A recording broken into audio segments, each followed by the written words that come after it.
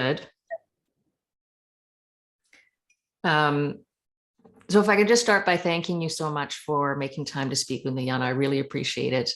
When Sean suggested that I speak with you, I went to listen to some of your music, and your voice is just stunning. I mean, it's beautiful.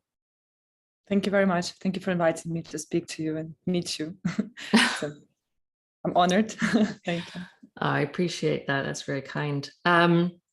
So maybe if we could just jump in, and I would start by asking you, what led you to pursue a career in music?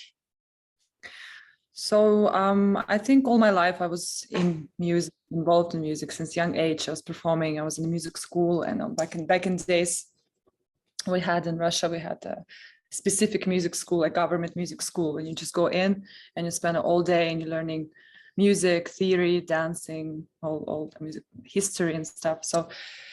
So I started to perform and very young and perform solo. Then I'm from St Petersburg, Russia. So we have this big opera house in St Petersburg. So when I was 12, I auditioned there and they accepted me. So I started working and, in a theater space as a young person, like I was 12. So I was participating as a child artist, singer in some operas. So then I carried on.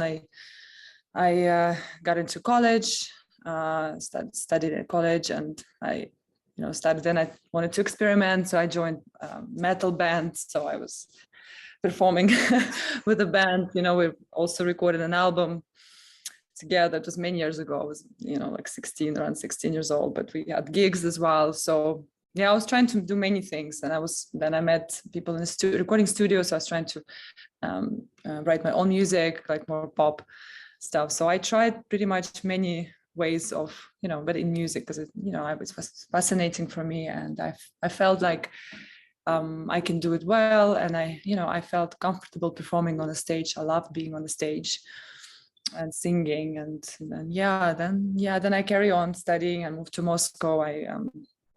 I graduated College of Music Tchaikovsky. Then I decided to try myself in acting. So I got into Theater University in Moscow, and so I spent time there. Then I auditioned back into opera house. So I started working in opera house as an intern. So it's kind of all my life I was involved in singing. So it was always part of I never really stopped doing it. So it's just, I just think I'm more evolved over years into what kind of artist am I? I needed to discover my own signature in music and singing, because that was very important to me, because I've tried so many things, and just to see if I fit to the certain, genre, or how I see it, if it really belongs to me and I feel natural and I feel related to this. So something like that. How would you describe that signature that you've evolved to, at least to this point? It's in classical music. It's very straightforward rules how you perform, and repertoire that you perform. First, you have to learn a repertoire that's suitable for your voice. So, for example, if you're soprano, you're learning soprano repertoire, mezzo soprano, coloratura, and then you start from one composer, and then over years you as you grow, as your voice grows, you get mature, you go into more complex repertoire.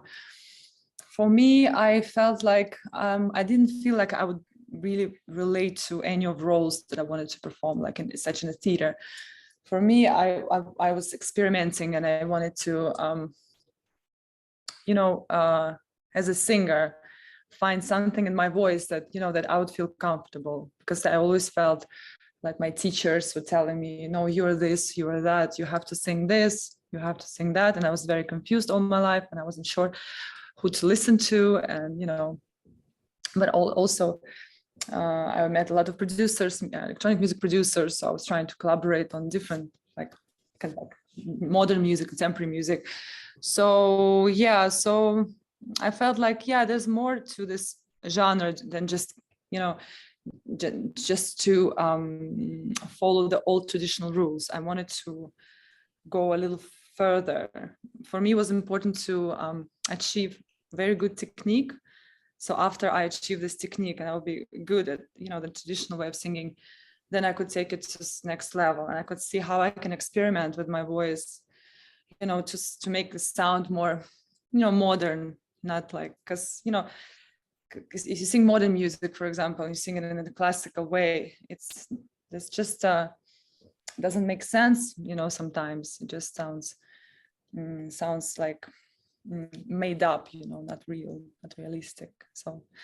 So for me, it's just more like a lot of training, a lot of learning, recording myself, listening. Okay, do I agree with the sound? I don't agree with the sound. And when I've realized, okay, I like this, it does, it works for me. I get emotional when I hear it. So, it says something to me with the sound. And then I was okay with this. Yeah, something like that. Wow, amazing.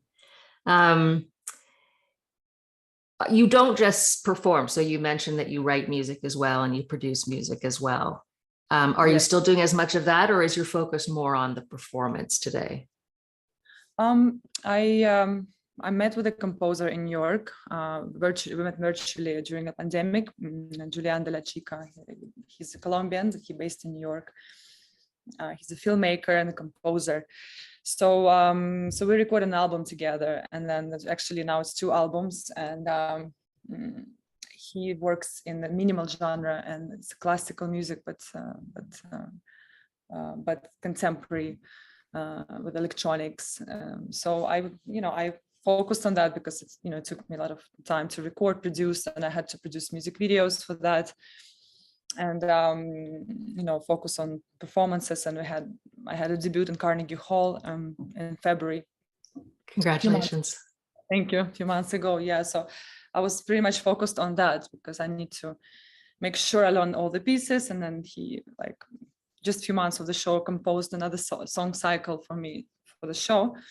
So I need to learn to record, to prepare for the show, work with fashion designers to create costume for my performance. So I had fashion designer in Costa Rica, a fashion designer in Dubai. So we had to create. So it was a lot of work. I mean, apart from actual singing, just to production, and media production. So I was focused on that. Recently, I was also working with producers in Dubai, but club music, electronic music. So we not released, but about to release in September, a club track. And it was remixed by a German DJ, Jean-Claude Ades. He's a quite famous DJ in Europe and in the world. So I'm looking forward to this release. So for that, I had to actually write a song, not song, but I had to write lyrics and melody for the track that they produced originally. So that was more my creative part and more pop music. Different. Yeah. So yeah, I tried myself in different also in different things. It's guilty pleasures for me to do little fun stuff. Well, I mentioned Sean at the beginning, Sean Stamp. Can you tell me a little bit about the project that you're working on with him right now? Yes. So we have this new venue in Dubai. It's called Toda. It's a digital theater. So they showcase digital art, NFT, and then also they have music show. They started to have music shows. So I decided to perform there, and I thought it would be a great venue to actually have a collaboration with artists, because it's important when in a collaboration when 2 artists, they actually come up with a mutual idea, because especially for my music, I thought it has to be something special, something that connects to what I do and to myself. So I thought that could be an interesting project for us. And then Sean, he's done photo shoots for me, 2 photo shoots. So we thought we could use this as well. While I'm singing, we could show some images and video, of me also there. So yeah, so I just thought it was a great platform to do collaboration like that. Also, it's a contemporary classical music, so I thought it's great to connect to art, to contemporary art, because it's not traditional opera. It's basically a new thing. So 2 contemporary thing, collide together could actually work very well. And the music is minimal. It has a lot of space, a lot of pause. It's mostly based on vocal performance. It's not much going on. It's so it's perfect for for people to see the visual and also to hear. It's not distraction, on the stage. So I think it might work really well. I'm looking forward to this. It just sounds like you're so open to working with different kinds of people in different contexts, different kinds of music. And you mentioned earlier that before, when your teachers would tell you, do it like this or do it like this, and you weren't sure that felt right to you. I guess I wanted to ask you, how do you choose your direction as you're moving forward? Because it sounds like you are open to so many different things, but what is it maybe inside you that says, this is where I'm going to go next. This is meaningful to me. You talked about how it feels emotional, certain types of music to you. So what is it that makes you take your next step? I think it was not just a big decision in my life in general. I think it's little steps. So I moved to Dubai years ago, and Dubai environment is not really busy with a lot of musicians. It's not very diverse with music. And then, so I was a little alone there at the beginning, and I had to find like a way, what do I do next with my career? So I used to fly a lot to London. I still trained there with my teachers.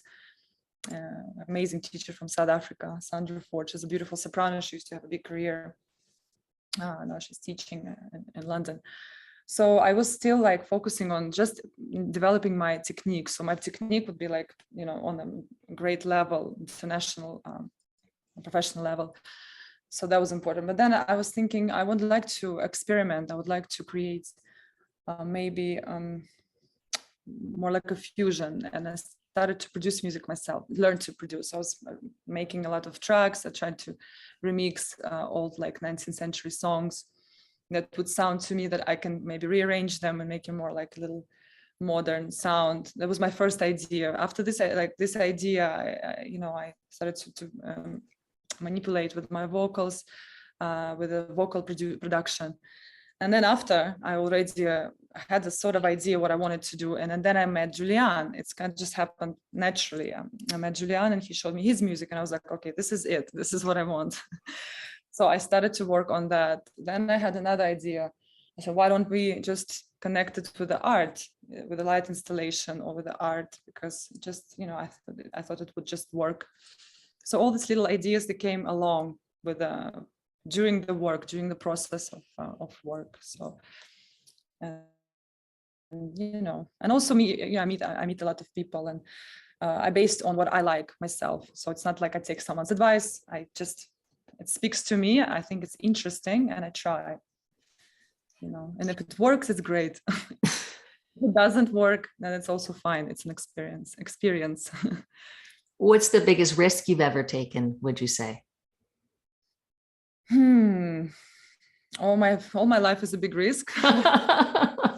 It's a risk. I'm used to this. It's always a risk, Step down at the opera house is a risk. Moving to the cities is a risk. I never thought what people would think about me, Only after I start receiving reviews for my album, for example, I realized, oh my God, this is actually people are commenting on my work. Before, I was not even thinking if somebody gonna judge me or say something to me. It wasn't the last thing that was on my mind. So now I understand. I look back and I think, oh my God, I didn't even think about these things, because it was actually risky for a career, to take something different, In the classical world, people might judge you if you do something controversial, because it's very traditional world. But so far it's been okay. It's been fine. Yeah, Carnegie Hall was a success. I really loved, that concert was amazing. Great experience. And it was a world premiere, so we also didn't know. Like, it was the first time I would perform on such stage my music. So that was probably the biggest risk. Carnegie Hall premiere. That was solo. That was the biggest risk probably so far. Yeah. And how did you feel when you were stepping on stage? It was amazing. People came to see me. It was full house, and it was like just moment of like enjoying, because you never have this moment again. When you have this first debut like this, it's like, yeah, it's a special. I just had to embrace. I had to embrace, and I had to give to the audience maximum I could. So they don't waste their time coming and see me. They will enjoy. So yeah, it was, of course, yeah, not easy, but it was exciting, and it went very well. I was very pleased. I would like to know where this quiet confidence that you have comes from, because I can just see it in the way that you're talking about your career. And even if you say, well, maybe that was a bit of a risk, maybe at the time I wasn't even really thinking about it. I wasn't really worried about what people were going to say about it. I just did it. The confidence, I work out really hard, all my life to be, how to say, of course, there's always a room to grow and to improve. But I know I've done maximum all my life for me to be a good singer, try to be a good singer. I changed different institutions. I learned, I worked, trained myself, but I never really, it was always a smooth way for me. Like, life is not easy, it's hard, but professionally for me, I knew it's not like I had to knock the door and then it wouldn't open. I mean, everything I wanted, I pretty much got. I wanted to work in the opera house when I was younger. I got into opera house. I went studying in the top universities and colleges in Russia. It was also not a struggle for me. The biggest struggle for me is to actually understand what I wanted to do with my voice, and actually that's what the hardest struggle, not what people think about me and judgments. It's my own judgment. If I like it, then it's okay. Good enough for me. Yeah, but of course it's an art. I know how difficult it is. I know many creatives and they're not confident at all, and they probably produce a lot of work and music and art, and they just keep it in their homes. They don't show it to public. They don't. I think also I started my social media profile a couple of years ago, YouTube, Instagram, and I started it myself. I decided to try, to post music and my performance, singing, just casual stuff. I play piano at home, and just to see also the reaction from the people, just to test. So this is also gives you some kind of gives me idea, if it's working or not, because at the end of the day, the conversation comes between artist and the audience. And if the audience connects to you, what you create, this is done, the job is done. The critics, yeah, it's all great. It's actually amazing, if people value your work, but the direct communication with your audience, this is what actually shows you, if it's right way, if it works, if it doesn't work. So that for me, I see how these things evolve around me. So that gave me confidence, professional confidence into that I'm doing the right thing and I should, keep going. Like right now, for example, this music, that's a club track that we created, and I see how DJs play this all over the world. And like just recently in Montreal, it was the biggest, huge stage with thousands of people. And I see it, like I'm not there, but I see how people enjoying. It's nice. It's great. It means like even it's maybe a risky project for me or some fun project, but I see that it works. So why not? Where did it play in Montreal? I'm just curious. I'm not sure. I don't remember. It was like a big, like either music festival or club outdoors. I'm not sure. I don't remember. Because I'm from Montreal. That's why I missed it. It's too bad. I also didn't know. I only somebody tags and I received it okay. I didn't know either because it's not released yet. So it's DJs know, like within DJs. So yeah, that's amazing. Yeah. So that gives confidence, of course, the response, Otherwise, yeah, it's complicated. it's a lonely journey for the artist and musician if you don't get the feedback. Absolutely. Then I would ask, where do you see vulnerability in your career as a performer or yourself as a person? Are there moments of vulnerability for you? Yes, and I use my vulnerability as my strength, because on the stage you are on your own, and your vulnerability is what you actually extract from yourself and give it to people. It's not about entertainment in my music. It's not about entertainment. It's about me taking my heart, my guts out, and give it to people. And for this, I have to get very down, like deep down in my emotions, and translate, what I wanted to say, the truth that I wanted to say to people. So yeah, because that's vulnerability. It's you absolutely naked, in front of people, emotionally naked. So you have to be vulnerable, because this is the only thing that will probably connect you to the people, to audience. It's like something common between all the people. Doesn't matter where they come from. It's their vulnerability. That's what connects, like on a deeper level. Yeah. So what you performed at Carnegie Hall, for example, what do you think it was that you shared with the audience? Like, what was it in you? Was there particular feelings or particular subject? So so it's 2 song cycles. First is called Poemas de Bards in Spanish. It's a short stories from New York City bars. It's composed by Julian de la Chica. So each song is a short story of like different people that they share, when they alone in the bar, like late hours, like by themselves, like late hours or early morning. So it's the moment when someone's alone, lonely, tipsy, drunk, and then he's telling a story to a bartender or to a stranger next to him or her.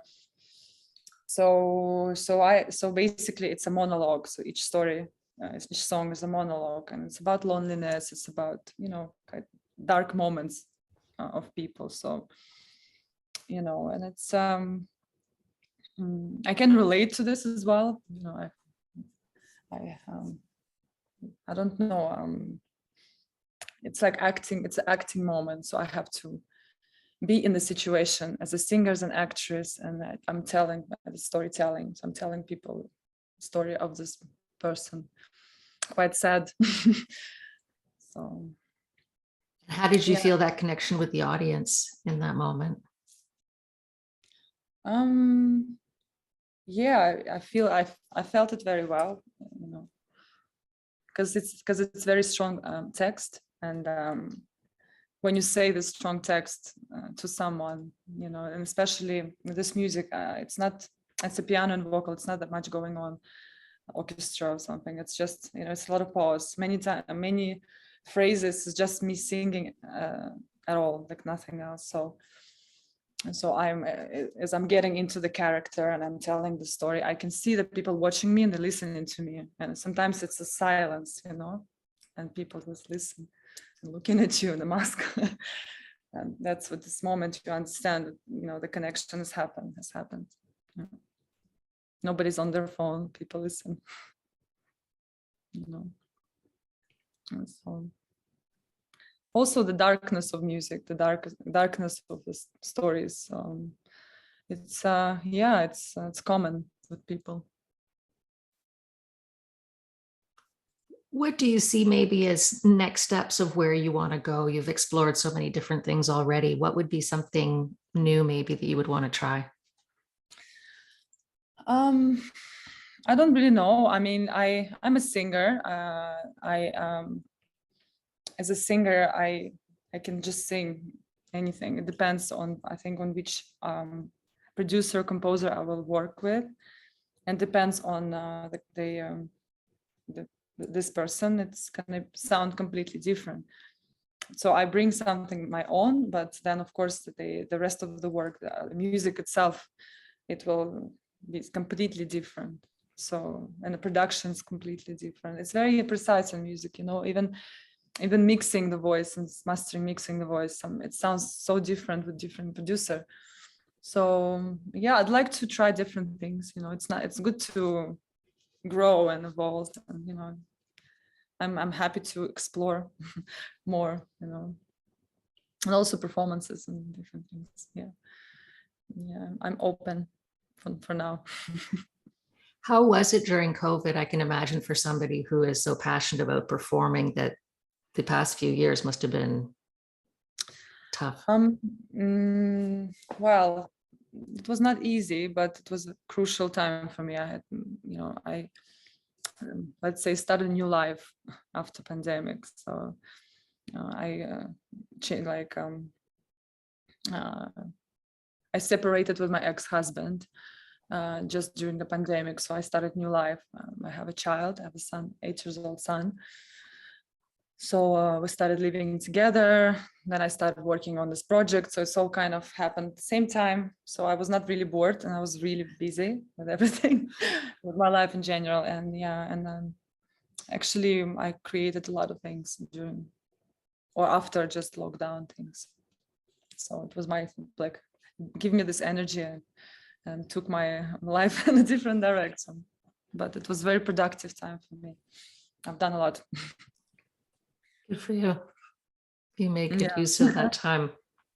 Yeah, because, like, you know, the old world is slowed down, so I don't I don't really miss on anything. Everyone was in the same situation. People just had to find ways of working and keep going. Yeah, it certainly doesn't sound like you slowed down. You sped up. Everybody else slowed down. You're like, now it's like taking off. No, not me. No. It's changed, yeah, completely my life. Also, you know, when you know, it was a production time. I was sitting in the studio recording a lot, so I was not really running around, but I just was, you know, more in creative zone during this time. Because then, you know, it's everything can be very destructive. To be able to create something, you have to be focused. You just have to sit in the studio, don't go out, don't talk to people, you know. So that was a good time for me. Starting point. Sorry. Nice. It sounds like you are open to what comes, so you don't necessarily plan your next steps, but you meet a lot of people, you get exposed to lots of different forms of art, and then that helps you decide just what's the next step for me now. Is that right? Yes and no. So of course I have a plan. Yeah, I know I have to, like, my next step, I'm planning next 2 months to record a new album.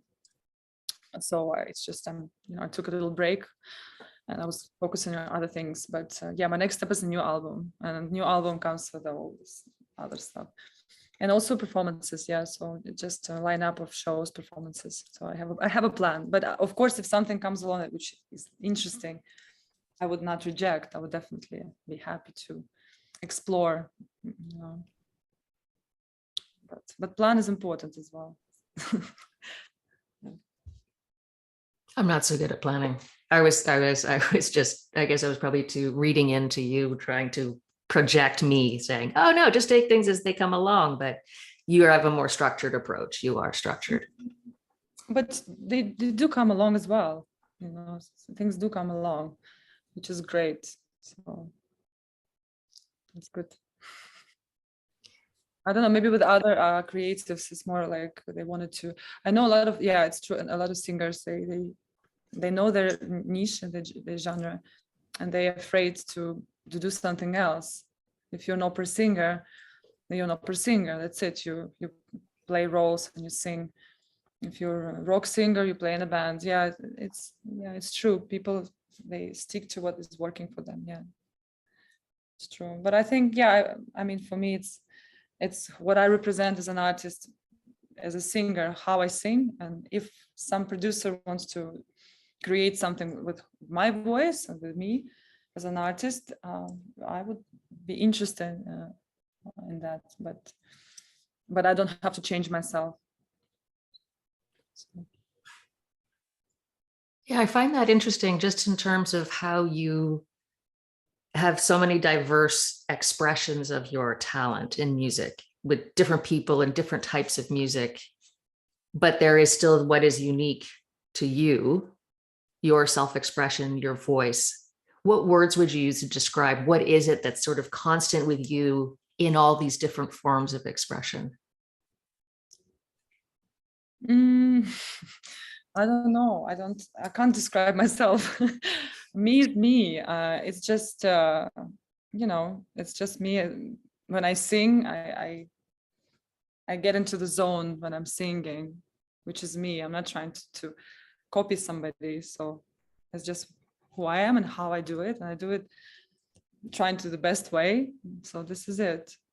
I don't really know how to describe it. Interesting. Yeah, because people write many things. It can be an eclectic singer, classical trained singer, mezzo soprano. Here, like in Middle East, they say opera singer. There's different ways. When I do electronic music, they don't say singer. So they use different term of describing who I am, but it depends how people want it to see, what works for them. But me is me. No. It would be And interesting. Sorry, go ahead. no, I said it. I have capacity of doing something. I do it. That's all. You might look back later and then as you track through the different things that you've accomplished, you see that thread, but it may only be in hindsight, not looking forward at the moment, what it is. Maybe, yes, maybe. But it's I think in life it's the path to yourself. Doesn't matter what you do. Your journey is not the journey to achieve something and go somewhere. It's the journey to discover who you are and discover yourself. And more you know about yourself, more like you learn about yourself, and it's like unlimited.